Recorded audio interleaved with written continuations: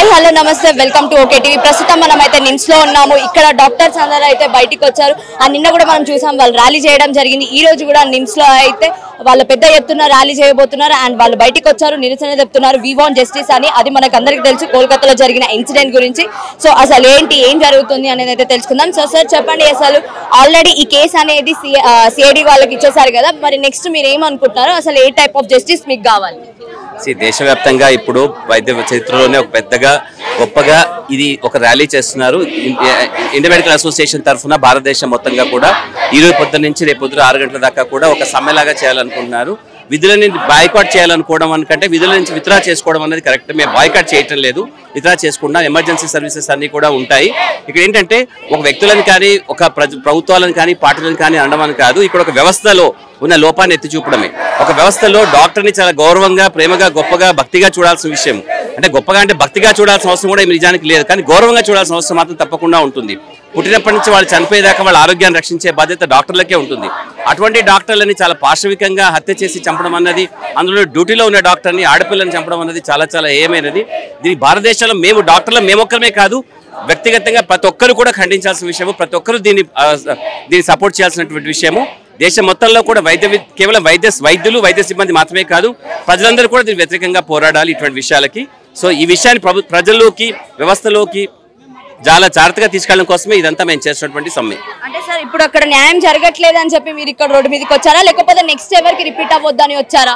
Sir న్యాయం జరగట్లేదని కాదు, న్యాయం జరగడానికి ఒక పద్ధతి, ప్రాసెస్ ఉంటుంది. ఆ ప్రాసెస్ లో భాగంగా మేము కూడా మా పద్ధతి ఏంటో మేము చూపించాలనుకుంటున్నాం. అంతే తప్ప వాళ్ళని ఒకరు విమర్శించడము, ఒకరిని ద్వేషించడం అనేది కాదు. అక్కడ పద్ధతి నడుస్తూ ఉంటుంది, కానీ దాన్ని ఇంకా వేగవంతం చేయాలి. ఇటువంటి సమస్యలు, ఇటువంటి సంఘటనలు మళ్ళొక్కసారి దేశం మొత్తంలో ఎక్కడ రాకుండా చూడాలి. ఒక ప్రాంతమా, ఒక రాష్ట్రమా, ఒక హాస్పిటల్ అని కాదు, అక్కడ మొత్తం వ్యవస్థలో ఉన్నటువంటి మార్పు తీసుకోవడం కోసం కూడా మనకు చాలా ముఖ్యమవుతుంది.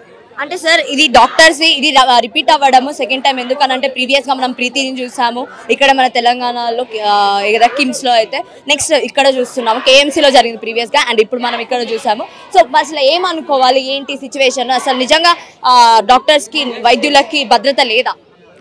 దేశంలో అనేక సంఘటనలు ఆడవాళ్ళకి వ్యతిరేకంగా జరుగుతూనే ఉన్నాయి. ఇటువంటి సంఘటనలు అనేక జరిగాయి. కాబట్టి ఒక ప్రాంతము, ఒక రాష్ట్రము, ఒక ప్రభుత్వం అని చెప్పడం లేదు. దేశంలో అనేక ప్రదేశాలు ఇలాంటివన్నీ జరుగుతూ ఉన్నాయి. వాటికి తోడుగా ఇప్పుడు ఆసుపత్రుల్లో డ్యూటీలో ఉన్నటువంటి డాక్టర్ని చంపడం అన్నది, అత్యంత పాశవికంగా చంపడం అనేది చాలా తప్పు. ఆ విషయంలో మేము ఒక చిన్న వ్యవస్థలో ఉన్నటువంటి లోటుని, ఒక తప్పుని మేము ఎత్తి చూపాలనుకుంటున్నాం. తద్వారా ప్రజలు, ప్రభుత్వం అంతా కూడా చాలా జాగ్రత్తగా ఉంటారు, ఇటువంటి సంఘటనలు పునరావృతం కాకుండా చూస్తారన్నది మా ఉద్దేశం. కానీ ఒక వ్యక్తులను అనడం కోసం కాదు ఇక్కడ సమస్య అంతా కూడా. అత్యాచారం చేసిన వ్యక్తిని అసలు ఎలాంటి టైప్ ఆఫ్ పనిష్మెంట్ మీరు కోరుకుంటున్నారు? అతనికి ఎలాంటి టైప్ ఆఫ్ పనిష్మెంట్ ఉండాలి? చట్టరీత్యా వాళ్ళకి ఎటువంటి శిక్ష కావాలో అటువంటి శిక్షే కావాలి. మేము దాన్ని మించి కావాలి, తక్కువ కావాలని మేము కోరుకోవటం లేదు. కాకపోతే చాలా వేగవంతం చేయాలి.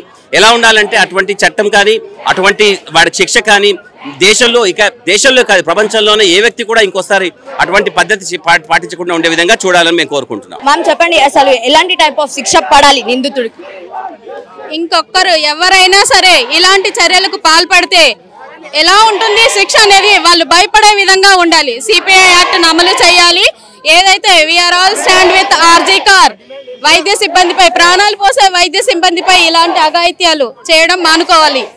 అంటే ఇది ఫస్ట్ టైం కాదు కదా ఇలాంటి అఘాయిత్యం చేయడం అనేది, ఇది ఫస్ట్ టైం కాదు, ఇది మనం చూస్తూనే ఉన్నాము తరచు వైద్యుల మీద జరగడము. మరి అలాంటప్పుడు ఎలాంటి శిక్ష అయితే ఎవరైతే నిందితుడు ఉన్నారో అతనికి ఎలాంటి శిక్ష పడితేనే కరెక్ట్ అని మీరు అనుకుంటున్నారు? ఉరి శిక్ష పడాలి, ఉరి శిక్ష పడాలి. ఇంకొకరికి ఇలాంటి అన్యాయం జరగకుండా, ఏ తల్లిదండ్రులు బాధపడకుండా సెక్యూరిటీ సిబ్బందిని పెంచాలండి. సీసీ కెమెరాలు అమలు చేయాలి. ఏం చేస్తున్నారండి సెక్యూరిటీ సిబ్బంది అక్కడ?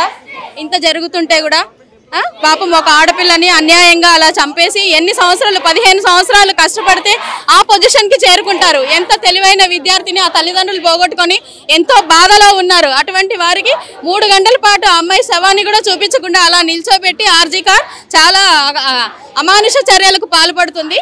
ఇలాంటి వాటిని ఖండించాలి. సిపిఐ యాక్ట్ వెంటనే అమలు చేయాలి.